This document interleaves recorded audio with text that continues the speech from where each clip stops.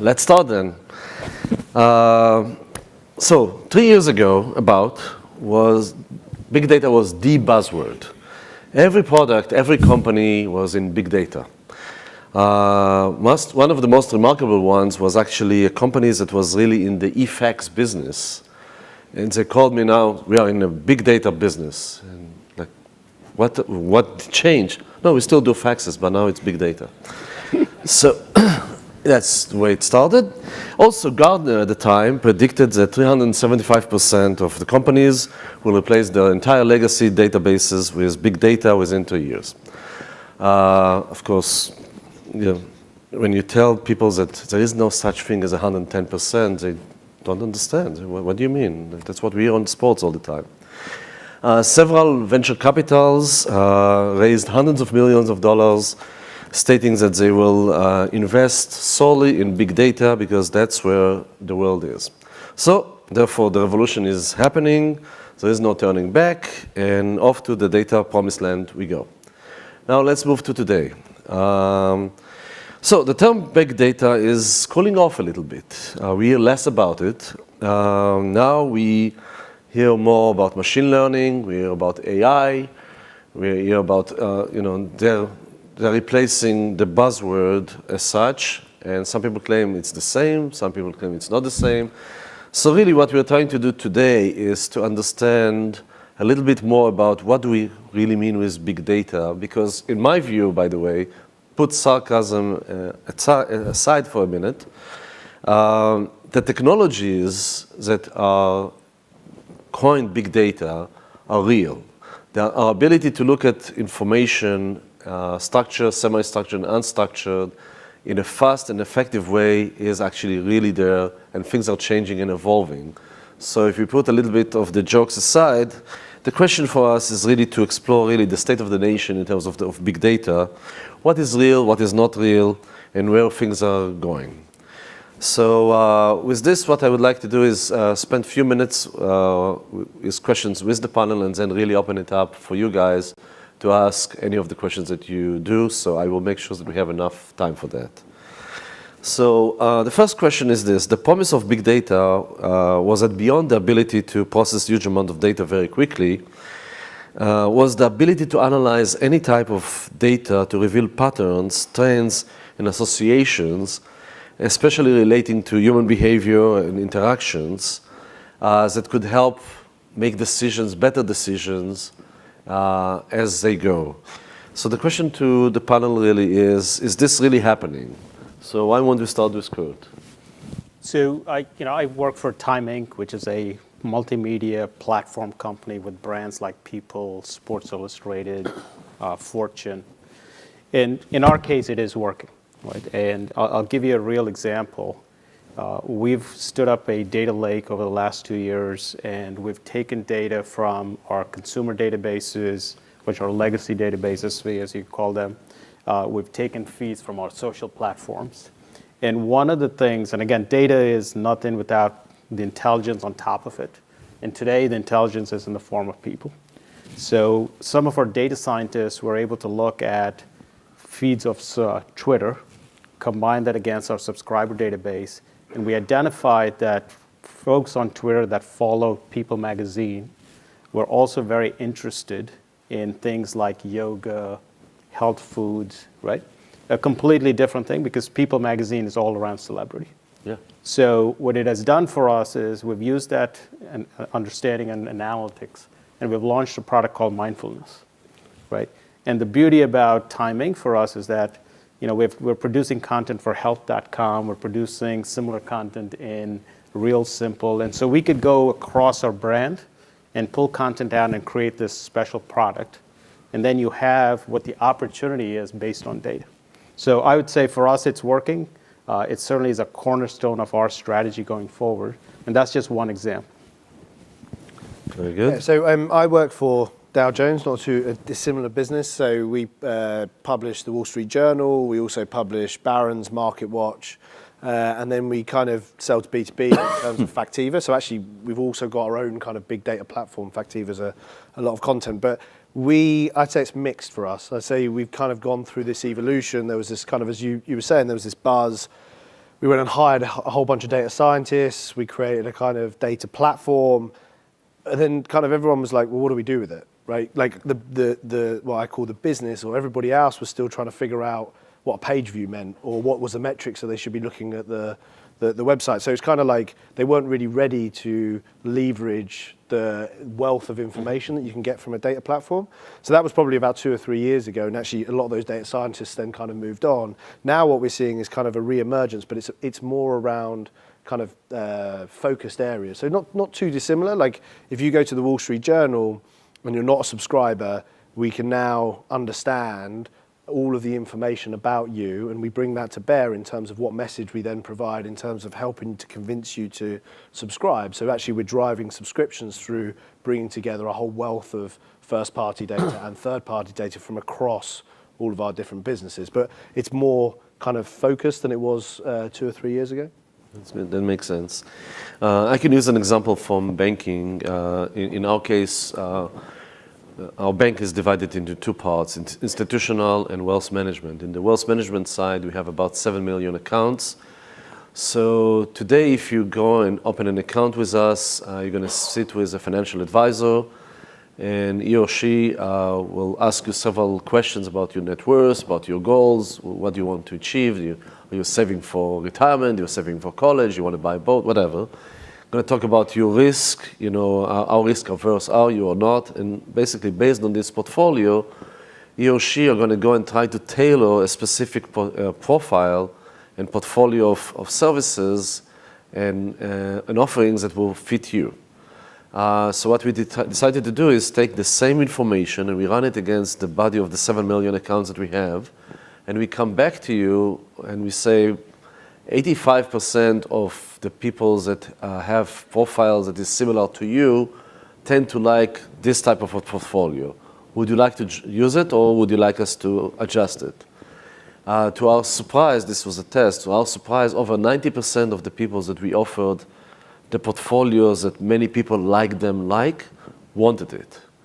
Which means that this is the next level of using big data in terms of the search, but also the automation of the decision making. And the next one, of course, the next level is the robo-analyst, which again is a different type of discussion to have. So the next question would be, so what is next for big data?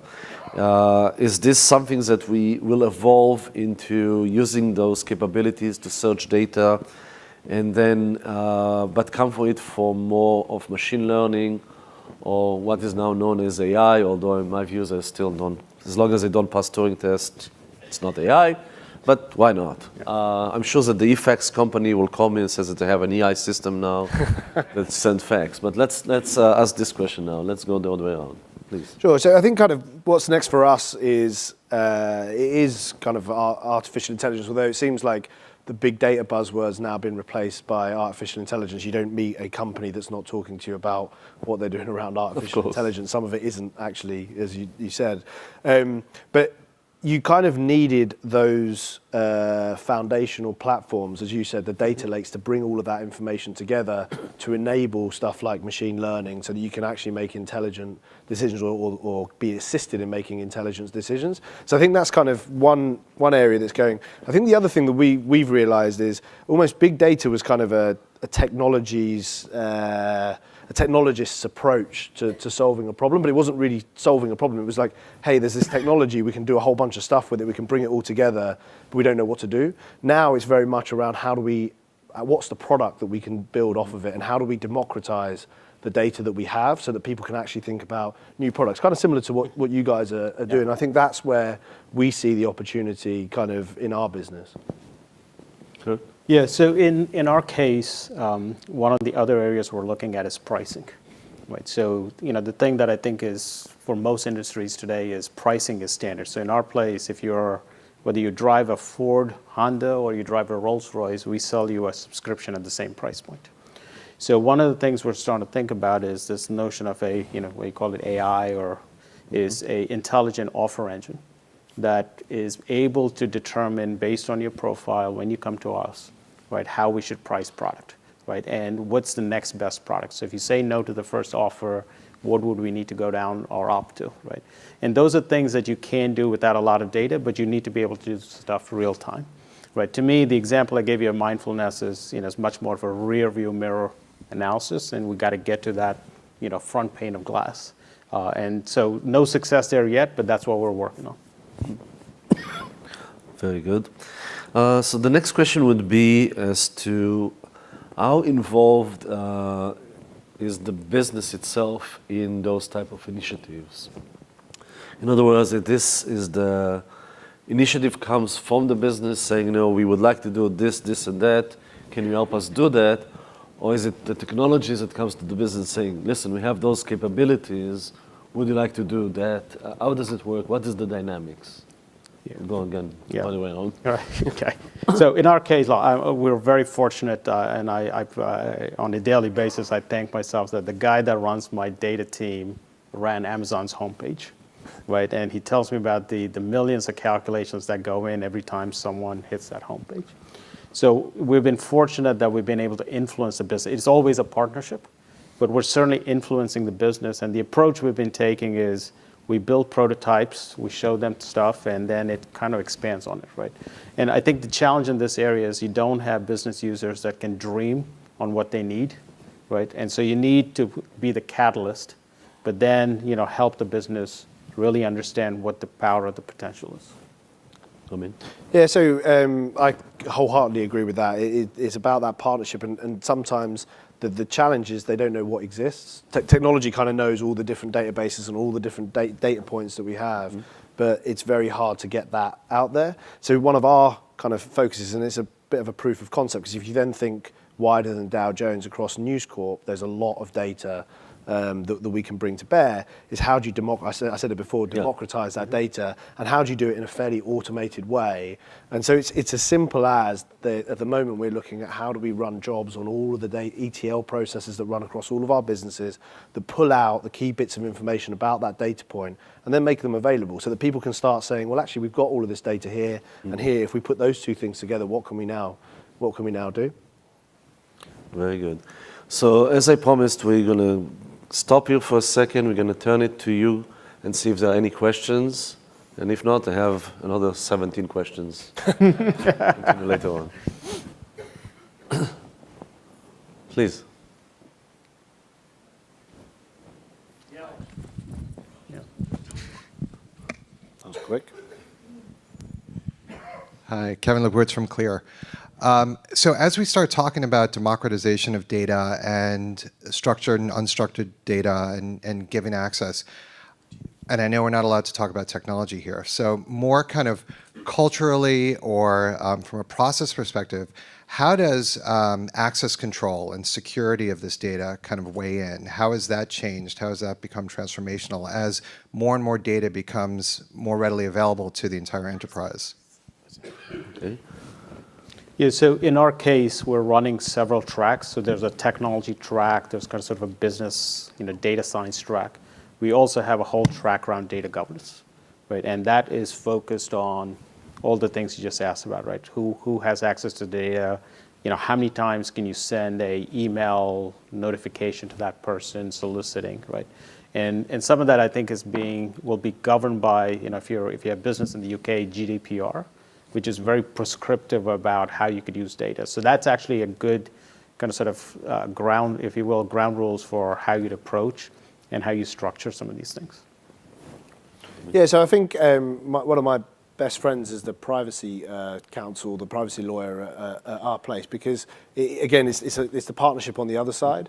And actually, one of the things about the democratization of data is, the first thing is knowing where all your data is, because the problem was we didn't know what data we had. Actually, now that we understand it, we can kind of make it available. We can make it available again in the kind of guidelines that are quite clear, actually, right? It's very clear as to what you can do and what you should not do with it. The problem was for us, knowing where all the data was. Now we actually have an understanding of where that is. Actually making it available in a safe and secure way is less of the challenge, if that makes sense. Very good. Other questions?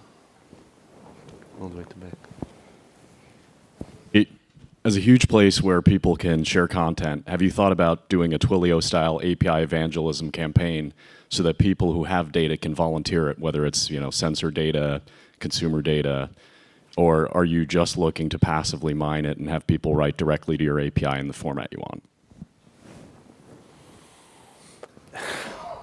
So I'm probably not going to answer this question directly, but I think for us it's a bit of both. So we're trying to discover what's out there. We're also kind of doing a bit of an amnesty, if you like, in terms of, well, if you have data, write it into this location, right? Like put it there so that we actually understand where it is. And it's not necessarily move the data. It's just, again, like I said, these kind of harvesting jobs help us understand what you do have so that we can actually help pull that into a central place. And again, this is a cultural thing. Some people hoard onto that kind of data because they feel it gives them an advantage within the company, which is a really odd attitude, but it's a culture that we kind of face. So there's a cultural play as well there. Good. Yeah, I think for us, we're maybe less complex than Dow Jones and News Corp, so we do have the ability to access all of the data. Certainly on the external sources, you got to negotiate, and in some cases, it's your format that wins. In other cases, it's the other team's format that you build to, right? But in this ecosystem, you're trying to capture as much data as possible. Yeah, we created a system of what we call data captains that sits within the different groups, and the goals are basically to really harvest the data where it exists and we don't know about. Also, help us govern the data, make sure that we have control over what is right and what is not.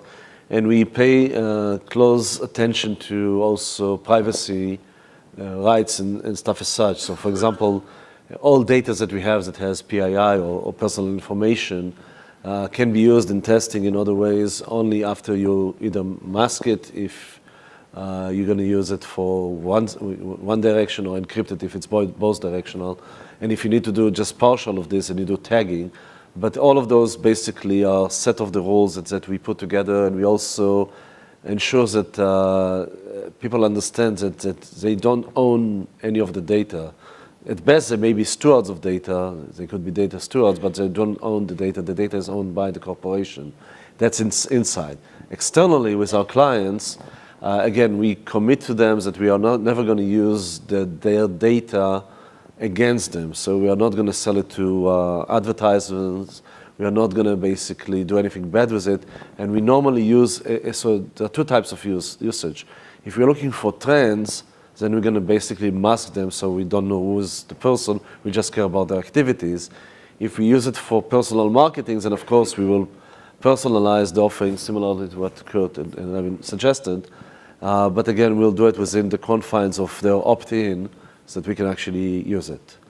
I think we have time for one more question. Anybody else? Go ahead. Are you making use of tools for visualization purposes like Domo or Tableau for your end users to make assessments of the data? I just caught the last word. No, I heard it. I don't know. You got So I think the question was, do we use kind of tools and visualization techniques to kind of bring the data to life for our users, right?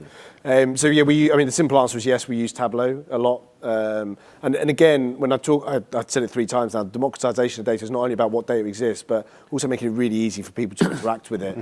So a tool like Tableau, not plugging it particularly, there's other tools out there as well, but we happen to use Tableau. We find it exceptionally useful in order for people to be able to interrogate the underlying information. Yeah. Same here. We're actually using Twitter's open API, so they have dashboarding capability. So, that's so we use as much open source as possible. And to balance it, we use both. All right, we are over time, so thank you again. Thanks for the panel. Thanks everybody. Hope that it was helpful. Thank you.